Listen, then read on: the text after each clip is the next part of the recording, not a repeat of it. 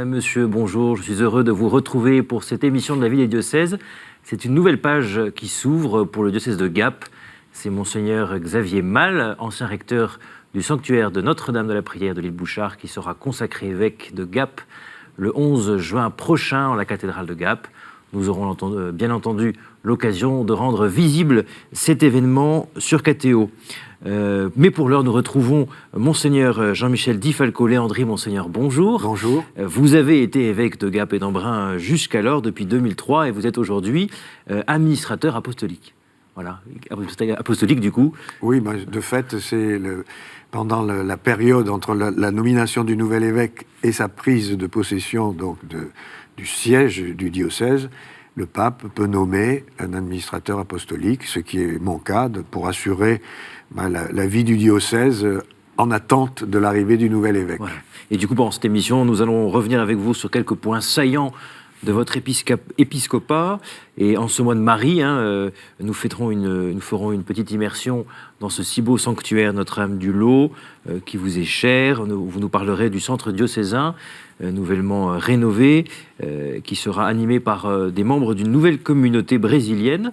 Et nous parlerons également du denier de l'Église avec cette affiche mémorable qui a fait beaucoup parler d'elle. Et pour commencer, je vous propose de nous rendre dans le sanctuaire Notre-Dame du Lot. C'est tout près de Gap, Notre-Dame du Lot. Oui, c'est un quart d'heure, 20 minutes. Et c'est là où vous allez vous retirer, du coup, après pour votre retraite ? Ce n'est pas ce qui est prévu. Vous savez, en général, il est préférable de ne pas rester dans le diocèse pour laisser le champ libre aux successeurs. Bon, très bien. Regardons ce reportage de Gabriel Massé qui nous présente Notre-Dame du Lot et Benoît Trancurel. Au cœur du diocèse de Gap et d'Embrun, perdu dans les montagnes des Hautes-Alpes, il existe un refuge marial, un sanctuaire dans lequel la Sainte Vierge Marie est apparue pendant plus de 50 ans à la vénérable Benoît Trancurel.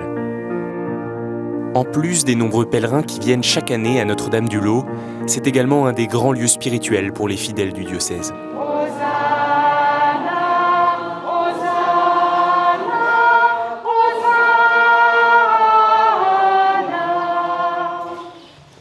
C'est un havre de paix. On y amène un petit peu toutes ces angoisses, toutes ces tristesses quelquefois, toutes ces intentions de prière que les uns et les autres nous confient. Et bien, quand on monte au lot, on a l'impression qu'on arrive à décharger tout ça. Sur un petit diocèse comme le nôtre, ce sanctuaire a une place particulière. On l'appelle le poumon du diocèse. Ça veut bien dire ce que ça veut dire. On est vraiment sur un lieu qui fait respirer le diocèse, mais qui respire aussi grâce à son diocèse. Ce sanctuaire qui accueille tous les ans près de 170 000 pèlerins s'est vu offrir ces dernières années une nouvelle jeunesse.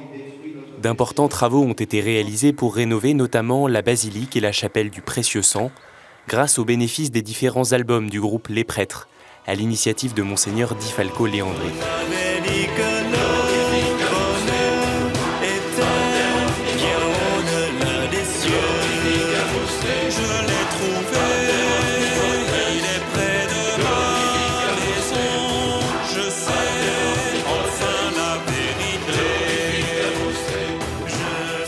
Un sanctuaire qui attire donc des pèlerins toujours plus nombreux parce que son message est plus que jamais d'actualité.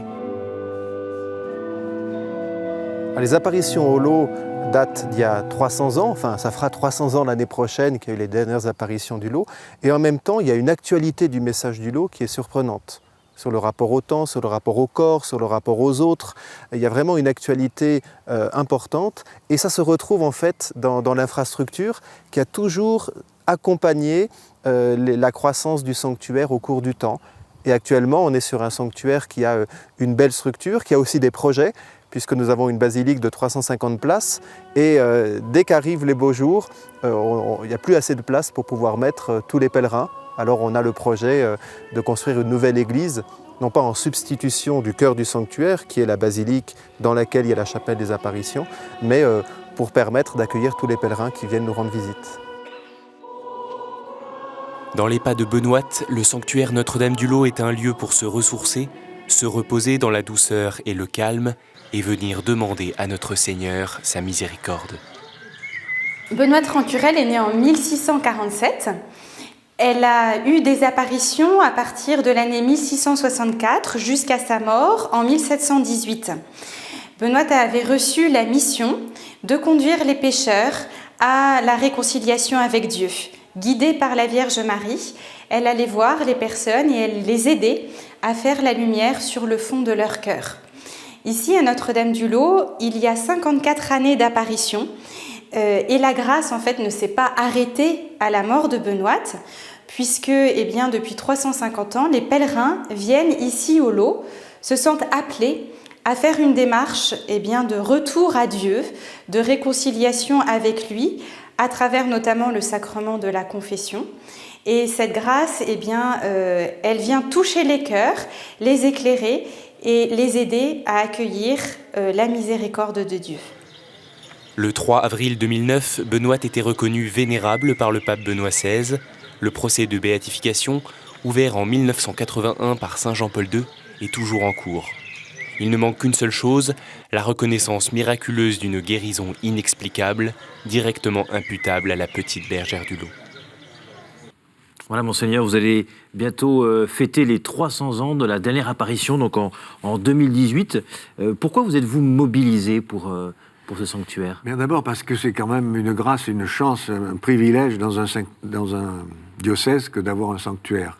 Surtout dans cette période où il manque des prêtres. Dans un département comme le mien, qui est quand même relativement étendu, avec une population très dispersée, le fait d'avoir ce sanctuaire, qui est, j'ai souvent aimé l'appeler soit le poumon, soit le cœur, mais les deux, qui sont essentiels, fait que la plupart des fidèles savent qu'à n'importe quel moment de la journée, ils peuvent se présenter au sanctuaire, ils seront accueillis, ils seront écoutés, ils peuvent se confesser, peuvent assister à la messe.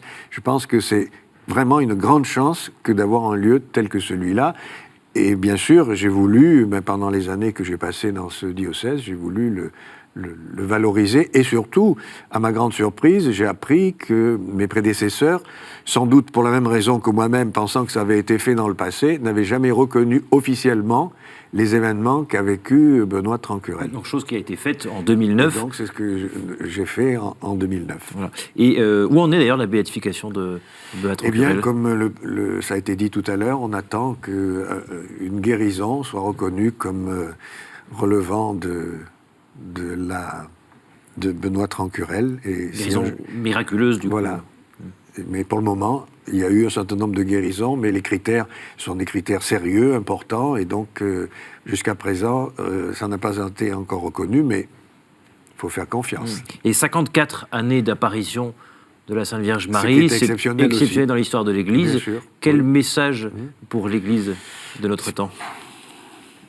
Écoutez, je ne sais pas s'il y a un message particulier quant à la durée, mais en tout cas, ça a permis justement de recueillir, pendant toutes ces années, ce que Benoît Trancurel a accueilli dans son cœur et a fait partager à son époque à celles et ceux qui se présentaient à elle.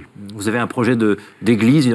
Alors il y a un projet, bien sûr, le recteur l'a rappelé tout à l'heure dans l'interview, mais aujourd'hui nous avons tout ce qu'il faut, c'est-à-dire les permis de construire, les lieux, les architectes ont travaillé, il ne manque qu'une chose, c'est tout ce qui est nécessaire financièrement pour la réaliser, bien que beaucoup se soient mobilisés, la filière bois du département qui est prête à nous aider, du côté du béton aussi, il y a des entreprises qui sont prêtes à nous aider, mais on ne peut pas se lancer dans un chantier, il suffit de relire l'Évangile pour ça, sans avoir pris le temps de s'asseoir et de se dire est-ce qu'on a les moyens d'aller jusqu'au bout. Et le groupe Les Prêtres, dont vous avez participé à la création et à le groupe Laura. des prêtres n'a pas contribué à la construction d'une future église, mais en revanche a largement contribué à la rénovation du sanctuaire. On voit d'ailleurs quelques images, en l'occurrence des prêtres, oui. Mais de la rénovation également de la basilique Notre-Dame-du-Lot.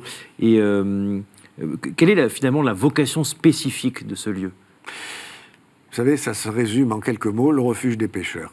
C'est-à-dire l'accueil de personnes, et les prêtres qui confessent le disent, c'est vraiment dans beaucoup de cas des personnes blessées, qui ont eu des vies parfois complexes, difficiles, douloureuses, et qui, arrivant dans ce lieu, qui est un lieu vraiment de paix, se sentant accueillis, peuvent se libérer de blessures qui ont marqué leur vie, parce que c'est pas un lieu, bien que ce soit refuge des pécheurs, c'est pas un lieu culpabilisateur, mais c'est au contraire un lieu libérateur. Avec le sacrement de la réconciliation, voilà. avec les paysages extraordinaires, mais Bien également sûr. avec l'huile.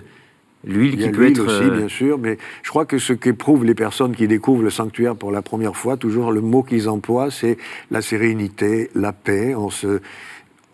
Il y a une sorte de libération intérieure qui fait qu'on a, pour beaucoup d'entre eux, ils ont besoin d'aller trouver un prêtre pour parler de leur vie, pour être écoutés, pour demander pardon. Monseigneur, je vous propose de parler maintenant de la pastorale des jeunes. Vous avez récemment voulu un nouveau centre diocésain, le centre diocésain Pape François au cœur même de Gap, un lieu ouvert à tous et tous les jours. Nous avons visité les lieux avec le Père Sébastien Dubois, curé de la paroisse Saint-Arnoux, et également des jeunes de la communauté brésilienne Palavra Viva qui venaient d'arriver. Alors ici, nous sommes au centre diocésain Pape François, qui est tout neuf, qui a été inauguré il y a à peine un an, qui a été souhaité par notre évêque. Il avait eu l'opportunité d'avoir ce bâtiment, ces bâtiments qui étaient la propriété d'une congrégation religieuse dont il ne reste plus qu'une sœur maintenant. Et c'est des bâtiments qui étaient vétustes, qui tombaient même un peu en ruine, qui manquaient d'entretien. Et donc il y avait la question d'avoir un lieu au cœur de la ville pour le diocèse. Alors pour nous, il y a une aile qui est juste derrière l'église, qui est le lieu qui a été souhaité par notre évêque pour accueillir les jeunes. Donc il y a une cathosphère, c'est un lieu qui est ouvert tous les jours pour tous les jeunes qui le souhaitent, pour venir passer un moment. Et donc ça c'est le rez-de-chaussée. Au premier étage, il y a des salles d'aumônerie. Et puis au deuxième étage de cette aile-là, qui est donc juste derrière l'église, derrière moi, eh bien il y a une communauté nouvelle qui a été accueillie depuis quelques jours maintenant dans le diocèse, une communauté qui vient du Brésil, Palavra Viva, et qui est là pour être au service de la pastorale des jeunes du diocèse. Alors pour nous, la musique, elle a une grande importance aussi. Notre pays, le Brésil, aime beaucoup chanter, danser. On espère pouvoir aussi par la musique porter une manière de prier, de s'adresser à Dieu ou d'expérimenter une joie différente. Et dans la proposition aussi, pourquoi pas, avec certains jeunes, de venir nous rencontrer dans des moments moments de prière plus intenses. Disons, si nous sommes à la cathosphère et on rencontre les jeunes, on va créer une amitié, une confiance où ils sont capables de nous raconter des choses et pourront peut-être venir dans d'autres événements qu'on va proposer. Monseigneur, la cathosphère, hein, c'est votre manière à vous d'accueillir les jeunes, pour les attirer à la fois?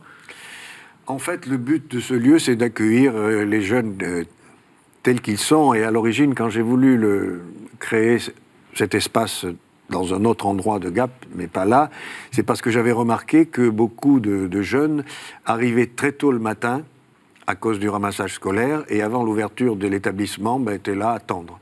Et donc je m'étais dit, ça serait bien qu'ils puissent avoir un lieu où ils peuvent aller boire un café, rencontrer quelqu'un, etc. Jouer et donc, au baby-foot, voilà, et puis ça s'est élargi, et je pense qu'à l'arrivée de cette communauté va permettre une plus grande disponibilité pour tous ces jeunes qui peuvent, à tout moment de la journée, en dehors des temps scolaires, se présenter. On peut organiser évidemment des temps d'échange, des soirées, des activités, des camps, et enfin tout ce qui se passe autour de la jeunesse habituellement. Donc une communauté, en l'occurrence d'origine étrangère. Pourquoi avoir choisi une communauté étrangère? Je n'ai pas nécessairement choisi une communauté étrangère. Il se trouve que le Père Dubois, qu'on a vu tout à l'heure dans le reportage, m'avait proposé de les accueillir pour qu'ils soient à la disponibilité des jeunes. Donc je n'avais aucune raison de le refuser. Et quelle est leur couleur spécifique? Comme elle l'a dit, comme la responsable l'a dit, c'est donc une disponibilité, notamment pour les jeunes, mais offrir des temps d'échange, des temps de prière. Elle a dit aussi que, évidemment, venant du Brésil, ils aiment le chant et la musique, et on peut faire passer beaucoup de choses par le chant et la musique. Justement, et pour les jeunes en milieu alpin, en l'occurrence, quel regard vous portez sur eux? Quels sont leurs besoins aujourd'hui? Vous savez, qu'ils soient de milieu alpin ou qu'ils soient de n'importe où en France, leur besoin, c'est d'être écoutés, accueillis, aimés, compris. Et puis, l'inquiétude quand même qui anime les grands jeunes, c'est tous les débats qu'on entend aujourd'hui dans la campagne présidentielle, c'est avoir du travail, pouvoir gagner sa vie, pouvoir trouver sa place dans la société. C'est tout ça aussi, hein. Vous êtes connu pour des coups de communication On l'a vu tout à l'heure avec les prêtres, mais également avec cette campagne du denier de l'Église. On voit sur l'écran cette affiche du denier de l'Église. C'est comme assez provoquant. Elle a été retirée du coup de... Non, c'est pas provoquant du tout. Mais chaque année, vous savez, chaque année, nous avons cherché à trouver une campagne qui fasse réagir. L'année dernière, j'avais demandé à un certain nombre de mes amis du monde du spectacle s'ils acceptaient de prêter leur image et un slogan. Donc, le résultat, sans doute on le leur doit, c'est que le total du denier de l'Église de l'année dernière a augmenté par rapport à l'année précédente. Donc, il faut chaque année trouver un sujet qui fait débat. Parce que c'est pas à vous que je vais apprendre qu'une campagne de communication qui laisse indifférent, c'est une campagne ratée. Donc, en revanche, si ça fait discuter les gens, il y a ceux qui aiment, il y a ceux qui n'aiment pas, on en parle. Et c'est bien le but. Donc cette année, on avait choisi, compte tenu du contexte de la campagne présidentielle, eh bien, voter Jésus-Christ, lui n'a jamais changé de programme. Et puis de prendre l'image amusante de Don Camillo. Et donc, notre société chargée de l'affichage a jugé bon de demander un avis à l'ancien bureau de vérification de la publicité qui s'appelle, je crois, RPP aujourd'hui. Et leur réponse a été, le risque à prendre en reprenant l'image de Don Camillo, mais ça, il ne faut pas quand même nous prendre pour des enfants de cœur. On se doutait bien qu'il fallait demander les autorisations, on les avait. La seconde, c'est le slogan risque de tourner en dérision le monde politique. Je crois qu'il y en a d'autres qui tournent le monde politique en dérision autrement que cette modeste affiche. Conclusion, l'afficheur a dit, si c'est ça, nous, on n'affichera pas. Eh bien, donc, dans ce cas-là, il y a d'autres lieux d'affichage. Il m'a suffi de faire un tweet pour dire, ben voilà l'affiche qu'on nous demande de ne pas mettre en public. Et puis ça nous a valu plus de 100 000 vues sur Twitter, ce qui fait que merci à la RPP d'avoir donné ce désaccord. Bon, Seigneur, je vous propose de parler maintenant Vous avez assisté à l'inauguration de la rénovation des ateliers monastiques des moniales de Rozan. On voit d'ailleurs quelques images. La présence contemplative dans un diocèse, quelle est son importance ? Ah ben là aussi, c'est une grande chance d'avoir cette communauté parce que c'est un lieu un trésor de prière. Et la mère abbesse et les religieuses, chaque fois que je les rencontre, eh bien, me disent à quel point elles portent dans leur prière le diocèse. Et ça, c'est une grande chance. Et donc, on a inauguré leur atelier parce que elles prient, c'est vrai, mais il faut aussi qu'elles vivent de leur travail. Et donc, on a inauguré l'espace dans lequel chacune pourra exercer le travail qui est le sien, que ce soit la reliure ou bien des vêtements liturgiques ou les hosties, enfin tout ce qui leur permet de vivre en communauté, de leur travail. Nous parlons des moniales, donc des vocations. Quel est votre constat pour les vocations dans votre diocèse aujourd'hui ? Les vocations, vous savez bien que les vocations, si vous pensez aux vocations sacerdotales, c'est quand même une situation préoccupante, pas seulement pour mon diocèse, mais pour l'ensemble des diocèses en France. Moi, j'ai eu la chance, je trouve, le privilège de pouvoir ordonner en 14 ans 10 prêtres. Donc, ça fait quasiment un pas. Mais j'ai célébré les funérailles de plus de 40 prêtres en 14 ans. Donc, je vous laisse tirer vous-même les conclusions. Et Monseigneur, après tant d'années passées à Gap, il y a de bons souvenirs, il y a également des moments douloureux. Est-ce que vous voulez bien partager quelques bons souvenirs et quelques peines que vous avez pu vivre dans ces 14 ans ? Dans la vie, il vaut mieux essayer de garder les bons souvenirs et d'oublier les moins bons. Mais c'est vrai que moi, je suis un urbain. Je suis né à Marseille, j'ai passé l'essentiel de ma vie à Paris, donc je connaissais un peu le département et le diocèse de Gap, puisque lorsque j'étais adolescent, ma paroisse de Marseille nous amenait faire du ski dans ce département. Donc je connaissais un peu, mais je n'imaginais pas, lorsque j'avais 16 ou 17 ans, que je serais un jour l'évêque de ce lieu où je venais faire du ski. Mais j'ai découvert vraiment une population attachante, parfois rugueuses, parce que ce sont des gens solides, des montagnards, mais vraiment, je peux dire que dans beaucoup de cas, j'ai eu des liens d'affection avec la plupart des personnes que j'ai rencontrées. J'ai fait des découvertes étonnantes quand, notamment, j'avais été invité un jour à la fête de la pomme où j'ai eu l'impression, j'étais tellement accueilli chaleureusement que j'avais l'impression d'être le ministre de l'Agriculture. On m'a fait tondre des moutons. Voilà, c'était des expériences nouvelles qui ont été pour moi des occasions de découverte. Et c'est surtout ces souvenirs-là que je vais garder. Alors après, sur le plan, bien sûr, de la vie de l'Église, il est évident que la reconnaissance officielle des apparitions ont beaucoup compté dans ma vie d'évêque pendant les années passées à Gap. Les ordinations aussi, qui a été quand même... C'est pour un évêque, les ordinations sacerdotales, c'est quand même un beau moment, un grand moment. Et donc, voilà, c'est surtout ce que je veux garder. Ça ne veut pas dire qu'il n'y a pas eu de difficultés. Et puis, je crois que Jésus-Christ n'a pas été capable lui-même, n'a pas pu faire l'unanimité. Je ne vois pas pourquoi nous, modestes humains, nous pourrions y parvenir. Donc il y a ceux à qui j'ai plu, ceux à qui je n'ai pas plu. Je pense que mon confrère qui va arriver, il y en a à qui il plaira, il y a ceux à qui il déplaira. Mais malgré ça, il faut continuer à avancer en confiance, en sachant qu'on n'est pas seul. Et dans les points de difficulté, là, vous aurez une anecdote peut-être ou voilà, une difficulté principale? Non, je n'ai pas d'anecdote, mais je peux dire que j'ai eu beaucoup de chance d'avoir à mes côtés, soit dans mon secrétariat, des collaborateurs de grande qualité, soit que ce soit l'économe diocésain, soit mes vicaires généraux.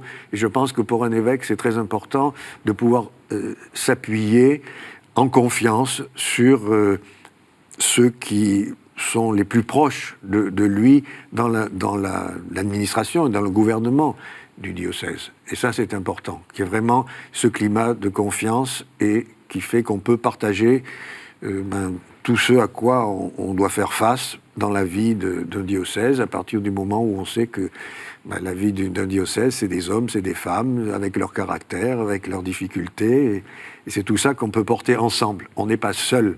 Il y a d'abord le Christ, qui est l'essentiel, mais il y a aussi ceux avec qui on travaille. Et ça, on ne le sait pas forcément d'ailleurs. Hein. Non. Nous-mêmes, fidèles, on n'imagine pas forcément le besoin de soutien que vous avez. C'est indispensable de pouvoir...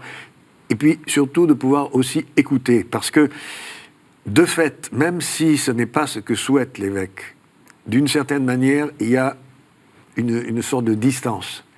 Et donc, bien souvent, quand on veut faire passer un message à l'évêque, on passe par les collaborateurs. Donc ça veut dire qu'il faut une disponibilité d'écoute de ces collaborateurs qui vont faire passer les messages qu'on n'a pas peut-être osé venir dire à l'évêque en direct. Et quelle est votre prière pour le diocèse aujourd'hui ? Ma prière pour le diocèse, c'est ma prière pour mon successeur, pour qu'il soit lui aussi entouré comme je l'ai été, qu'il puisse trouver du bonheur dans la manière dont il va être responsable de ce peuple. Monseigneur, j'ai 2 dernières questions, une date à retenir. Ce sera l'ordination de mon successeur le 11 juin. Et un lieu où vous aimez prier ? Eh bien, quitte à surprendre ceux qui vont entendre ma réponse, le lieu où j'aime bien aller, il n'est pas dans mon diocèse, c'est Ganagobi, c'est-à-dire une abbaye bénédictine qui se trouve sur le diocèse voisin, mais nous sommes tellement proches que si j'avais pu déplacer les frontières, j'aurais bien récupéré l'abbaye de Ganagobi dans mon diocèse, mais Monseigneur Jean-Philippe No ne serait sûrement pas d'accord. Monseigneur Di Falco, un immense merci de votre présence sur le plateau de la vie diocèse.